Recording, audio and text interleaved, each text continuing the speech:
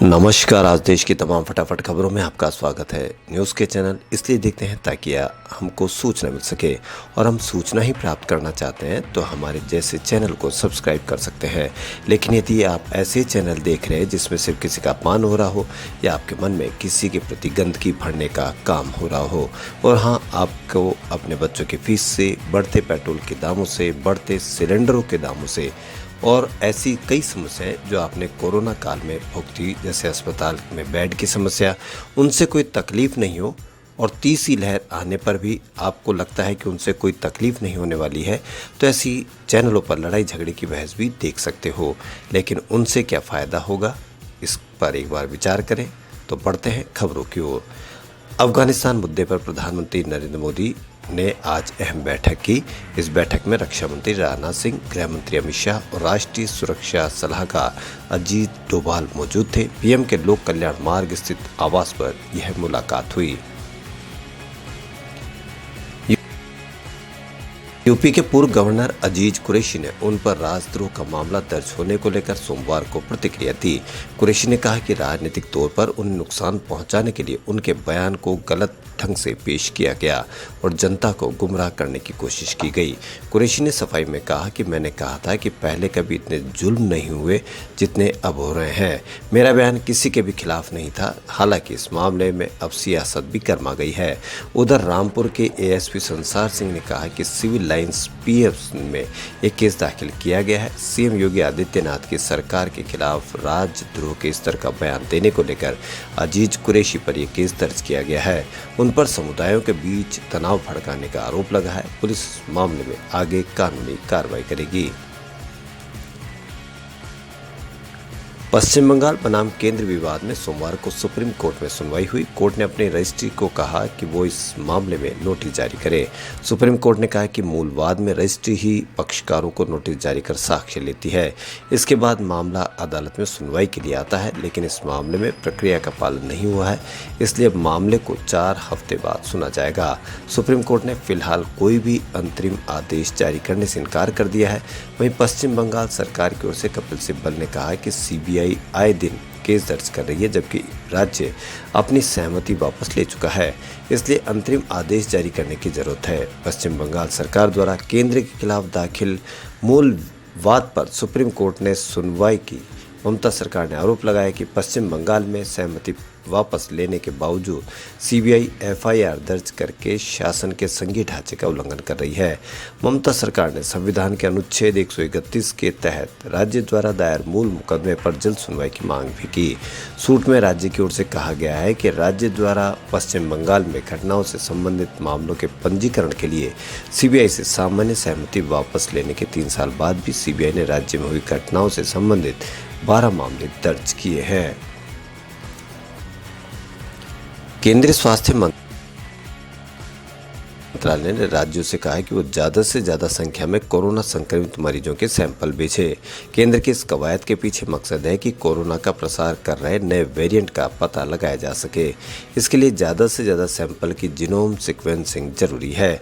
हालांकि ऐसा देखा गया है कि किसी राज्य के महज कुछ ही जिलों से सैंपल आ रहे हैं, जबकि कोरोना संक्रमण कई राज्यों के कई इलाकों में फैला है। ऐसे में भौगोलिक स्थिति को ध्यान में रखना बेहद जरूरी है। केंद्र ने कहा है कि किस अंतर्राष्ट्रीय यात्री में वेरिएंट चिंता का विषय है और किसी में सिर्फ ध्यान देने की जरूरत है, ये जानना जरूरी है। स्वास्थ्य मंत्रालय के अनुसार ऐसे देशों से आए लोगों पर खास ध्यान देने की जरूरत है। दरअसल कोरोना संक्रमण में कौन सा वेरिएंट कितना खतरनाक है, इसकी जानकारी उस इलाके में फैले कोरोना संक्रमित मरीजों के नमूनों से ही पता चलता है।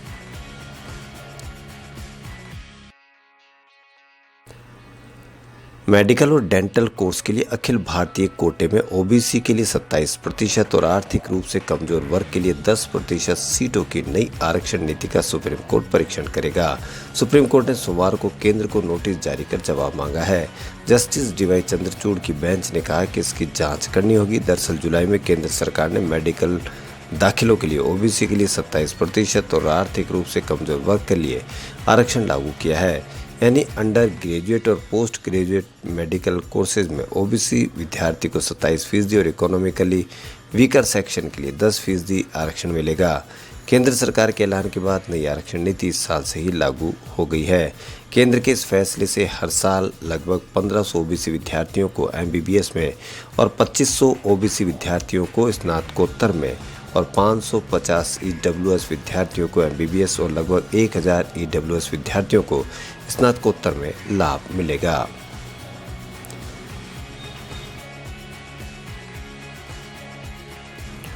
सुप्रीम कोर्ट ने सीबीएसई सुधार और कंपार्टमेंट परीक्षा कार्यक्रम और 12 सितंबर को होने वाली नीट यूजी परीक्षा की नोटिफिकेशन को चुनौती देने वाली 2 याचिकाओं पर सोमवार को सुनवाई की। वहीं सुप्रीम कोर्ट ने याचिका पर विचार करने से इनकार करते हुए कहा कि नीट के परीक्षा को स्थगित नहीं किया जाएगा। सुप्रीम कोर्ट ने उन छात्रों के एक बैच की याचिका को खारिज कर दिया जिन्होंने तर्क दिया था कि नीट प्रवेश परीक्षा अन्य परीक्षाओं के साथ टकरा रही है। वहीं कोर्ट ने कहा कि नीट परीक्षा में 16 लाख से अधिक छात्र हिस्सा लेने वाले हैं। कुछ छात्रों की याचिका पर इसे टाला नहीं जा सकता है। आपको बता दें कि पहले नीट की परीक्षा का आयोजन अप्रैल महीने में किया जाना था, लेकिन कोरोना वायरस की स्थिति को देखते हुए इसे स्थगित कर दिया गया।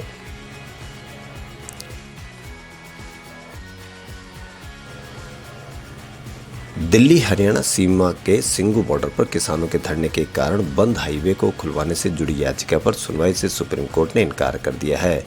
सोमवार को सुनवाई के दौरान सुप्रीम कोर्ट ने याचिकाकर्ता को मामले में पंजाब और हरियाणा हाई कोर्ट जाने को कहा है। सुप्रीम कोर्ट ने कहा कि यह मानवीय मुद्दा है, लेकिन हमें हाई कोर्ट पर भरोसा करना होगा। हमारे पास बेहतरीन संवैधानिक मशीनरी है। याचिकाकर्ता नागरिकों के विरोध के अधिकार और नागरिकों के बेरोक-टोक आवाजाही के अधिकार को लेकर हाईकोर्ट गए। सुप्रीम कोर्ट ने कहा कि याचिकाकर्ता सोनीपत के निवासी हैं तो हाईकोर्ट जा सकते हैं। जस्टिस डीवाई चंद्रचूड़ ने कहा कि इस मामले में हाईकोर्ट पूरी तरह से सक्षम है। कोर्ट ने सवाल उठाते हुए कहा कि आप इस मामले में और पब्लिसिटी जोड़ने क्यों आए हैं। याचिकाकर्ता की ओर की सड़क खुलवाने के आदेश देने से इनकार कर दिया।